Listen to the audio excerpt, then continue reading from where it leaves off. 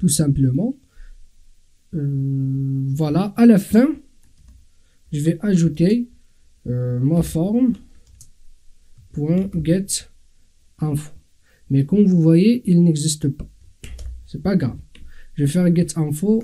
Cette partie, en fait, je l'avais déjà expliqué. Pourquoi je ne l'ai pas? Parce que dans mon interface forme, j'ai pas une méthode qui s'appelle getInfo. Et ma forme ici, elle est de référence forme. Normalement, si je voudrais en fait ou bien contourner ce problème-là, il faut que je mette ici rectangle, ici rectangle. Mais on va laisser quand même un couplage avec notre logique métier. On va passer toujours par des interfaces. C'est ce qu'on va faire pour résoudre ce problème. On va l'ajouter dans l'interface forme. Donc je vais venir ici, je fais CTRL 1, il me dit create method getForm et ainsi de suite. Donc il me l'a créé ici, sauf que en fait le type de retour c'est un string et pas un char, un tableau de char. CTRL S. Voilà. Maintenant je reviens ici, tout est bon. CTRL S. Voyez, et le bin qui nous intéresse, soit rectangle setter, soit rectangle, c'est pareil, on va travailler sur rectangle. Ok, très bien. Maintenant mon application elle est prête à être exécutée et il faut que quand je fais get info, il me sort en fait les propriétés qui sont dans form.properties. On va essayer tout ça tout de suite. Donc je fais clic droit, run as Java application.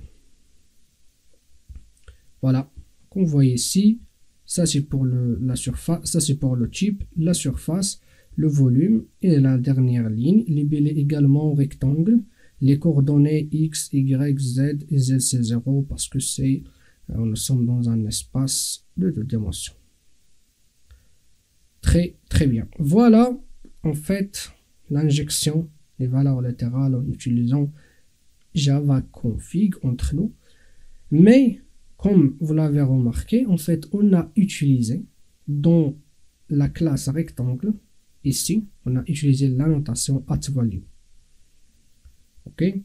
Ici, vous avez remarqué que, en fait, on dépend un petit peu de, ou bien notre, en fait, logique métier, notre classe rectangle, il y a de la configuration dessus.